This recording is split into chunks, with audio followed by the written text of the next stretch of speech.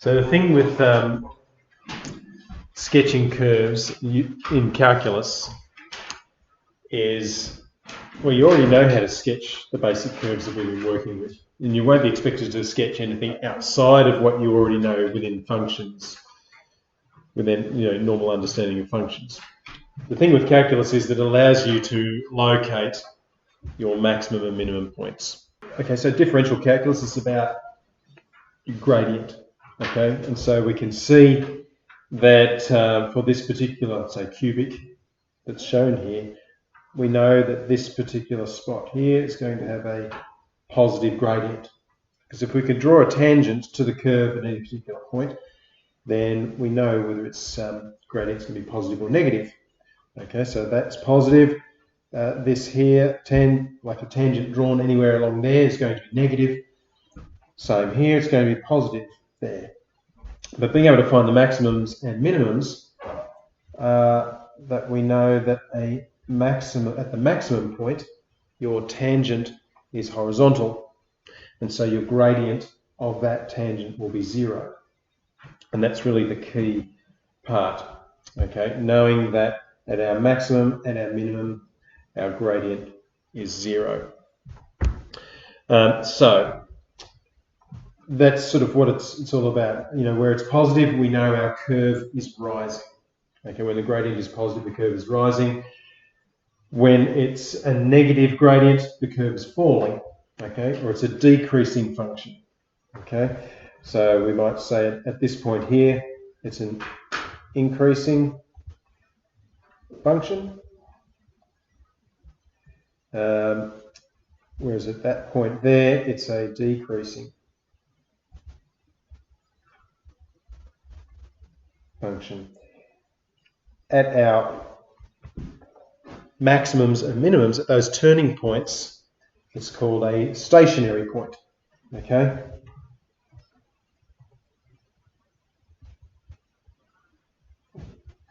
Okay, where it's neither increasing nor decreasing. Okay, so that's why it's called a stationary point. It's kind of that point where it's not actually going up or down. Okay, and so for something like that, or if we have a cubic where it has this stationary point of inflection, okay, we know that our gradient at that point is horizontal as well. Okay, so that is not a turning point, but a stationary point with inflection. Okay, so we can have, choose a color here. Okay, so that point there we call a local maximum. Okay, at this point here we call it a local minimum. Okay, local maximum and local minimum because it is a maximum or a minimum just around that localized area, as opposed to like an absolute maximum or an absolute minimum. Okay, it's not an absolute maximum at this point because as we go further on, we can see that the curve is rising up further past it. So that's what we just refer to as a local max or a local min. And of course, that one there, which you've come across before, is a stationary point of inflection. Okay, so you've got those different types of stationary points. Now, not all points of inflection are stationary points because you can have curves that kind of just look like that. Still a point of inflection here, okay, but not a stationary point of inflection. So the key really to using that information to sketch curves is to find our derivative and find out whereabouts our curve has a gradient of 0. Okay, so we'll look at a few examples. for this particular function, we're just going to find where the stationary points are and what their nature are. So first step is to find the derivative. Okay, so finding the derivative is the first step, and then we know that stationary points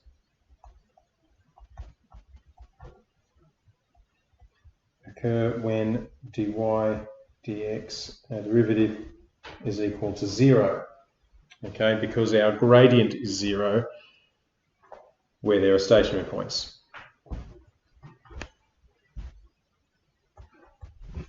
So we let 3x squared plus 10x minus 8 equals 0, and then factorise it because we're solving the quadratic. So that there would factorise to 3x minus 2x plus 4, which means x will equal 2 over 3 or negative 4. Okay, so that's where they're the x values, but when we're finding the stationary points, we need to have the corresponding y values as well. So sub them back into your original function to find your y values. Now, I'm not going to go through all the working to actually do that. It's just a matter of putting it into your original function. Okay, so by solving for your derivative equaling 0, finding the x values, putting your x values into your original function gives you your corresponding y values. So you've got then the points, which are the stationary points. But the question says find their nature. That just means, are they a local max, are they a local minimum, or are they a stationary point of inflection? So what we would do then is we would use a gradient table.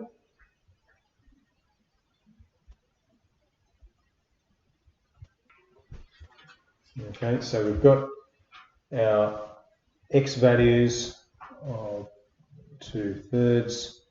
Actually, do it in order from most negative to most positive. So -4, and we've got 2/3. What we want to have are values that are either side of both of those points. So we would choose a value that is to the left of -4, so say -5. A value that is between -4 and 2/3. So, and you want easy numbers, so we'll just go with 0. And then a number that is to the right of 2/3, which would be 1. Okay. Taking each of those values and putting them into the derivative, well, we know already that at -4, the derivative is 0, same at 2/3. And we're really just identifying, is it positive or negative? Okay, so there's not, in terms of what working do you need to do, you don't really need to show any working. It'll take too long to actually do all the substitutions on paper. You could just do it on your calculator, you're not sure, or you could just do it in your head. That's fine. So putting -5 into our derivative, okay, I mean, the other thing too is, of course, we know that this is a positive cubic, so you can kind of take a sneaky way with something like this. We know it's a positive cubic, it's going to be shaped like that. So it's pretty clear that this particular value is where x value is -4, and this would be at positive 2/3. But in terms of showing it using calculus, we need to kind of use this gradient table. So we know then to the left of -4, which is -5, it's going to have a positive gradient, so we can put a plus there. And we would find that if we did the substitution of -5 into dy dx, it would be a positive value. So you don't actually have to put the actual value, you can just show that you can just say plus for positive. The next one's going to be negative, and then it'll be positive again. Okay, so this is our gradient table. So the slope part just means, okay, that means it's going up. 0 means it's a horizontal, negative means it's going down, and we've got horizontal again going up. So the idea of the gradient table is just to get a picture of what the curve is doing. Okay, do you remember this from last year? Yep. Okay. There is another way which we will look at, we'll touch on, and that's using what's called the second derivative. I'm not going to worry about that yet today, but we will have a bit of a look at that. Okay. So in terms of then sketching the curve, like if you were given that and you needed to sketch it, okay, then you're just going to do what you would normally do in, say, the function sections. Find your x-intercepts, find your y-intercepts. And then here, this allows you to find the specific points of your maximums and minimums, so where those turning points are.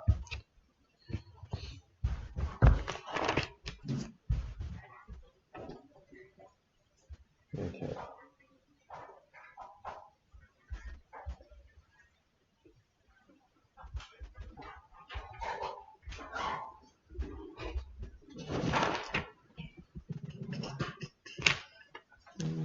Okay, I'll do this one here.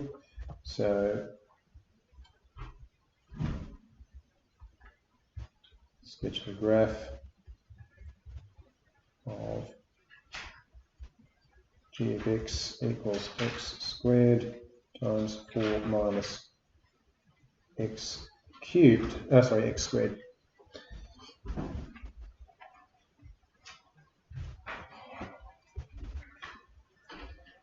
Now, strictly speaking, I mean, this probably shouldn't be found in an exam because it's a quartic and it's not actually part of the course, but it's worthwhile doing in this instance. Okay, so in terms of sketching the graph, we're still going to go through the process of finding your x and y intercepts. Okay, so x-intercepts, so let g of x equals 0, so that we have x squared times 4 minus x squared equals 0. We could factorise that in brackets a little further because it's a difference of 2 squares. So we can write it as x squared, then 2 plus x, 2 minus x equals 0, so x equals 0, 2 or negative 2. And if you remember, if we have a repeated factor like we do here at x squared, that should be a double root, which means we'll have a turning point at that particular value.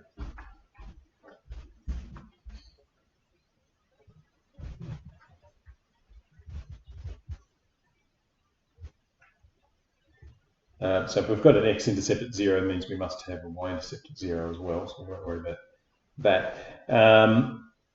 Okay, so stationary points would be our next thing we want to find. So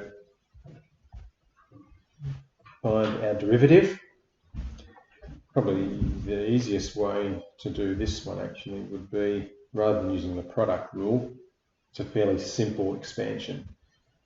So that's going to become 4x squared minus x to the power of 4.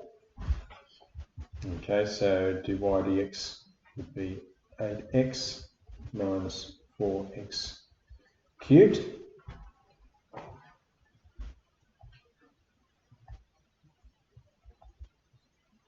And then let dy dx equals 0. So we have 8x minus 4x cubed equals 0. So factorising that, we'll just take out a common factor of 4x.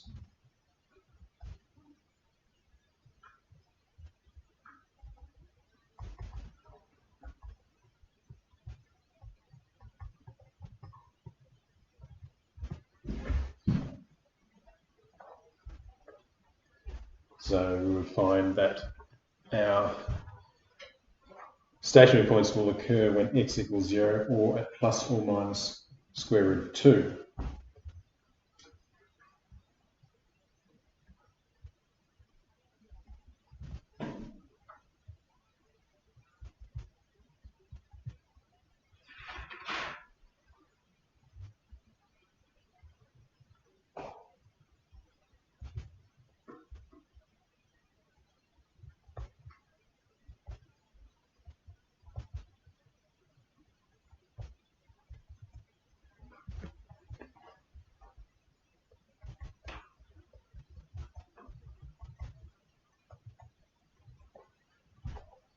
And we need to always remember that when we're finding the corresponding y values for our stationary points, it's to substitute back into the original function, not into the derivative.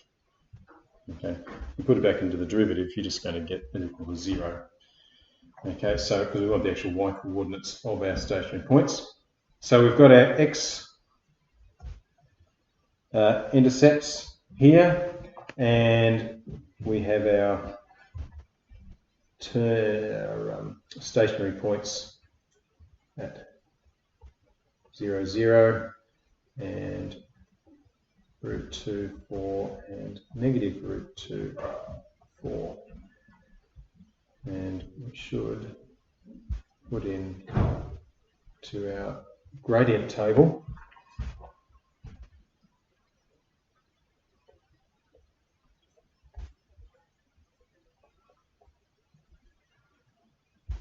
these values. So we've got negative root 2, 0, positive root 2, so that'll be negative 1, 1, so the square root of 2 is 1.4 approximately.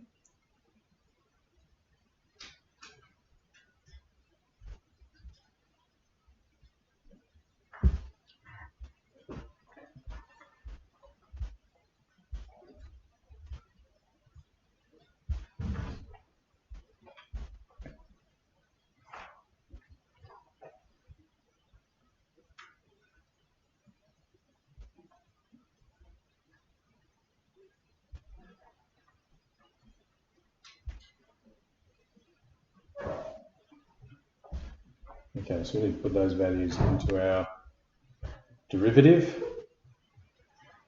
So what will that work out to be? Negative 2 times 8, that's going to be negative 16. And then negative 2 cubed. Okay, so negative 16 and minus, that'll be negative. So it's actually going to be positive. Is that right? That's negative. That's negative 8. And negative 1, that's plus 4. So that's negative. I reckon it must go like that. Which would make sense actually. Okay, so substituting those values into our derivative to get the gradient table, you can see that our function is going to be shaped like McDonald's. All right.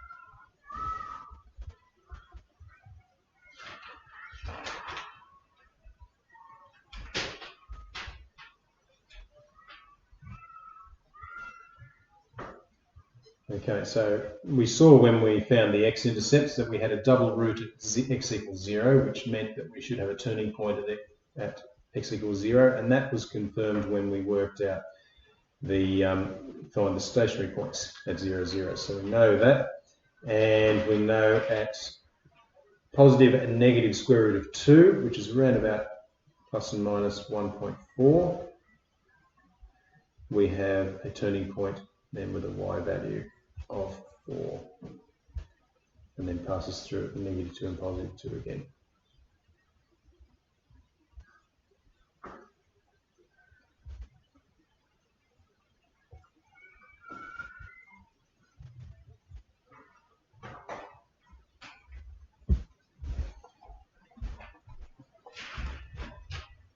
And so when you're sketching those, just make sure you are noting on the graph where your intercepts are and where your turning point or stationary points are.